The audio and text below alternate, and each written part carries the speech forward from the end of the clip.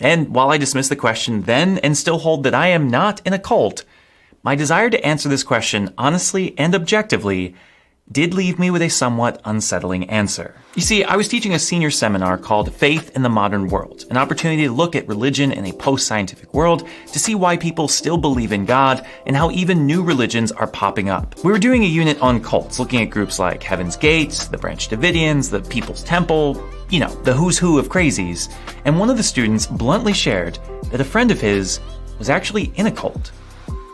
My interest was piqued, so I asked him to explain. Turns out he was just in a very strict religious order in the Catholic Church, not a cult. We looked up the specific group and found that they adhered to extreme poverty, prayed all day long, had little contact with family, and mostly refrained from using the internet or watching television. As you can imagine, the entire class of 17-year-olds were convinced that it was a cult, but it wasn't. Having lived as a friar for nearly 10 years, having built up a relationship with these students for more than 2, I tried to appeal to their familiarity with me to convince them otherwise. Guys, you know that that's not that different from the way I live, right? We take vows of poverty, chastity, and obedience. We let someone else tell us where we live and what we do. We have to ask permission to travel. We wear the same thing as everyone else in the community, pray multiple times a day.